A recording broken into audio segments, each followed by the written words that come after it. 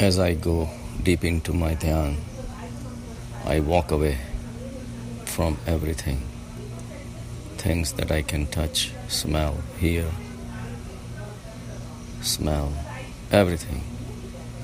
Anything that falls under my senses, I walk away from them. I observe them. Anything I can observe, I can be a master of whatever I can observe, because I can walk away from it. Whatever I can taste, touch, smell, hear, they are falling under the umbrella of my total sensory experience. But if I can observe it, I am bigger than that. The things which come under my sensory experience, when they come under my sensory experience, it becomes alive. We call it life. And when they disappear from my sensory experience, we call it death. This is the definition of life by the mind. Mind being the center of all the senses. Mind is blind. Mind can see only the things that comes under its umbrella. What those things, meaning the people, objects, situations, were doing before they came under the sensory umbrella, the mind cannot know. And that's the field of Aghyey, unknowable. Knowledge of senses is limited. Before and after is the field of Aghyey, unknowable, where the traditional knowledge stops. The key in the dhyan is to be able to walk away and observe. Anything that you can observe, you are creating a distance between your soul and the senses. And as you keep on repeating the same experience again and again and again, you are entering into the realm of infinity. Infinite is where it absorbs all the knowables, all the things which come under sensory experience, where in this unknowable field, and again they will merge back into the field of unknowable after they leave our sensory experience. So, if you put both the existences together, the birth is what comes under our sensory umbrella, and death is that escapes from our sensory umbrella. So it's an illusion.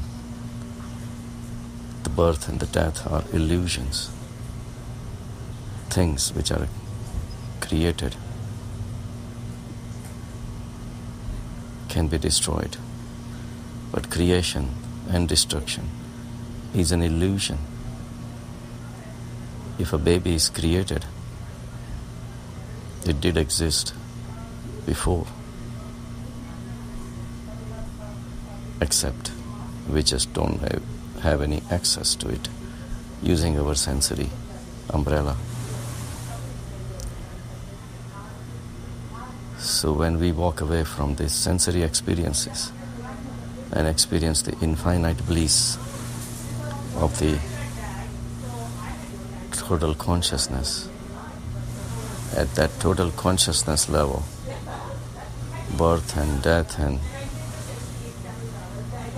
appearance and disappearance and creation and destructions, all those things become immaterial. And there is one total existence. And in this total existence, birth and death have no meaning.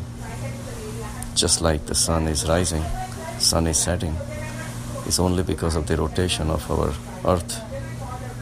But sun doesn't really rise and it doesn't set either.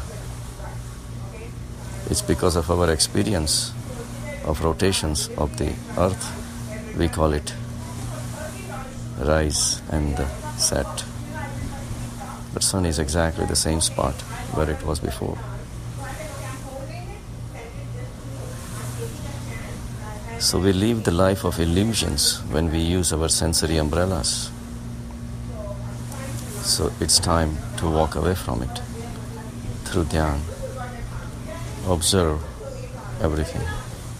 Anything that you can observe is going to go through birth, growth, decay, and death. But that's not where it ends, and that's not where it began either. So beginning and end is an illusion. The whole consciousness is one total existence, which absorbs the knowable and unknowable. The fact, the realization that you have of the total existence, the peace comes in life. Because all the sufferings of sansar are either desires to acquire or holding on to the things that you have acquired, not letting it go. So running after objects and trying to hold on to the objects that are running away from you becomes the normal way of life. But with experience of total peace and bliss, the sansar loosens its grip on you. Your peace is the proof. As Buddha said, in samadhi, there is no happiness. So if you are in dhyan or samadhi, sadhana for happiness, think again. But one thing is for sure, there is absence of suffering. There is no suffering. But for you to experience the bliss, you have to understand that sansar is suffering. Whatever enjoyment you may be having doesn't last long. That's by suffering by itself, that your enjoyment is not permanent. And of course, dukh is really a dukh. So when you transcend everything and you go into the field of Aghyey, and when you really come to a grip with your consciousness at the total existential level, if you understand there is no birth or growth or decay or death, or there is no you, there is no yours, even the body that you believe is you is also gonna come out of your sensory experience. But you will exist, your soul will exist, you will be there forever. When you realize that, even the body loosens its grip on you. All the efforts that you do to decorate your body, the clothes, coloring your hair, trying to attract attentions of other people, giving attention to other people based on their appearances, all this game seems meaningless because now you have experienced the bliss. And when that happens, there is absence of suffering. So walk away from everything that changes. And what does not change? Everything changes. Friendships change. Bodies change. Experiences change. Seasons change. Parents change. Children change. Friends change. Relatives change. What does not change? One thing does not change, is the one that observes the change. So be the observer of the change. To observe the change, you have to be at total peace. Absolute stand still in a sthita prajna state, at a samyak state.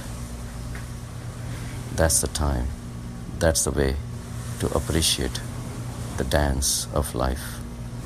Even your thoughts change. Thoughts are changing, beliefs are changing, ideas are changing, philosophies are changing. These things come and go.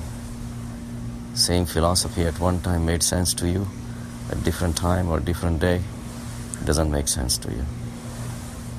So come out of the thoughts, come out of the words,